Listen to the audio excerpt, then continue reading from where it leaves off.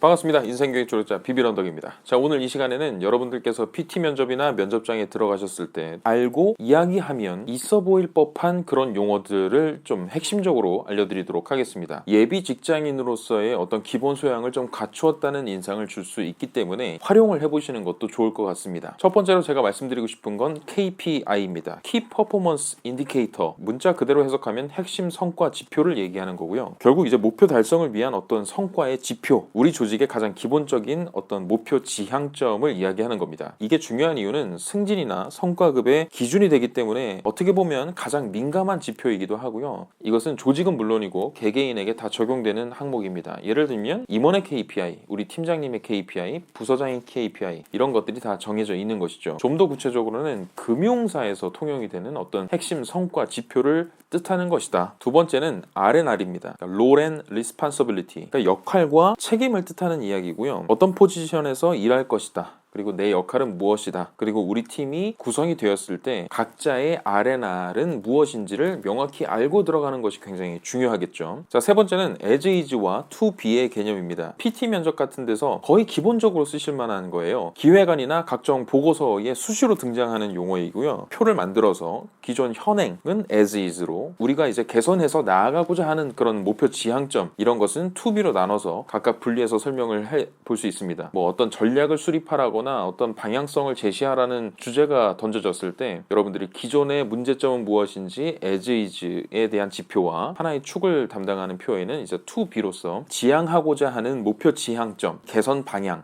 이런 것들을 나타낸다. 그래서 문서의 표 구성이나 여러분들의 프레젠테이션, PPT를 만드실 때 어떤 장표를 만들 때 거의 기본적으로 들어가는 것이 as is와 to be 이런 지표다. 네 번째는 TFT입니다. 태스크 포스 팀의 약자고요. 업무를 진행할 만한 팀을 구성한다 라고 이제 받아들이시면 되는데, 단기적인 과제를 빨리 수행을 해야만 할 때 각 부서에서 어떤 인재들을 이제 각자 차출을 해서 하나의 팀을 만드는 거죠. 그래서 하나의 단기성 목표를 주어주고 그 목표를 수행하는 팀을 구성한다는 것을 그냥 전체적으로 TFT를 구성한다, TF팀을 구성한다 이렇게 이야기를 많이 합니다. 정말 또 많이 쓰는 용어 다섯 번째는 컨펌입니다. 보고서가 통과했느냐, 확인을 받았느냐 라는 이야기보다는 사실 더 많이 쓰는 용어가 이제 컨펌, 확인이나 승인을 뜻하는 이야기입니다. 여섯 번째 용어는 피드백입니다. 때에 따라서는 일상적으로 많이 쓰시는 분들도 계시는 것 같은데요. 어떤 요청 말미에 검토 후 피드백을 부탁드립니다 라고 해서 신입사원분들이 입사를 하시게 되면 정말 많이 쓰실 만한 용어이기도 하고요. 저도 두세 번씩은, 하루에 두세 번씩은 이야기를 하는 것 같습니다. 실질적으로 PT 면접을 준비하시거나 이제 면접을 보실 때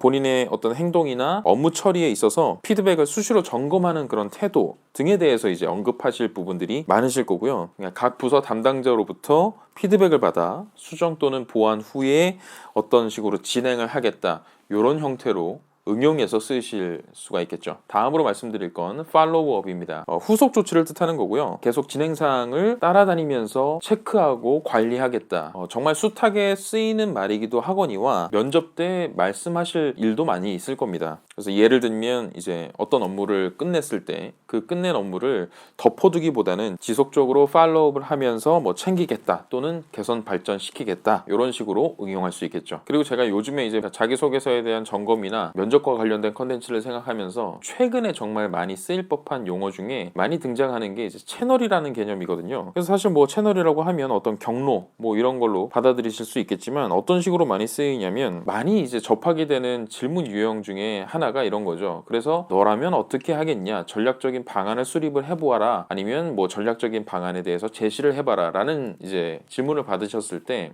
대면 채널이냐 비대면 채널이냐, 채널 경쟁력을 확보하겠다, SNS를 통해서 홍보하겠습니다 라고 이야기하는 것보다는 SNS 채널을 활용하겠다, SNS 채널 경쟁력을 확보하겠다, 비대면 채널 경쟁력을 지속적으로 확대해 가겠다, 이런 식으로 이제 응용하실 때 정말로 많이 쓰이실 만한 그런 용어입니다. 자연스럽게 이런 용어가 입에 배듯이 나온다면 듣는 면접관의 입장에서는 이 친구가 정말 일에 대해서 뭔가 추진을 해봤고 팀을 꾸려본 경험이 있고 굉장히 매끄럽게 전달된다는 인상을 받으실 수 있기 때문에, 많지는 않지만 이런 용어들을 좀 자연스럽게 나올 수 있도록 충분히 연습을 하시는 것도 좋은 팁이 되지 않을까 싶어서 급하게 한번 영상을 찍어봤고요. 진짜 뭐 여러분들께 이야기를 드리고 싶은 게 뭐 사실 많이 있습니다. 뭐 아도치다, 짜치다, 뭐 꿀빨다, 아사모사, 뭐 만져주다, 마사지하다, 뭐 말아먹다, 뭐 이런 것들이 있는데 시간이 지나서 좀 더 편해지면 그때 이제 구체적으로 이런 것들을 하나씩 짚어보기로 하고요. 자, 오늘은 여기서 마치겠습니다. 여러분, 할 수 있다잉.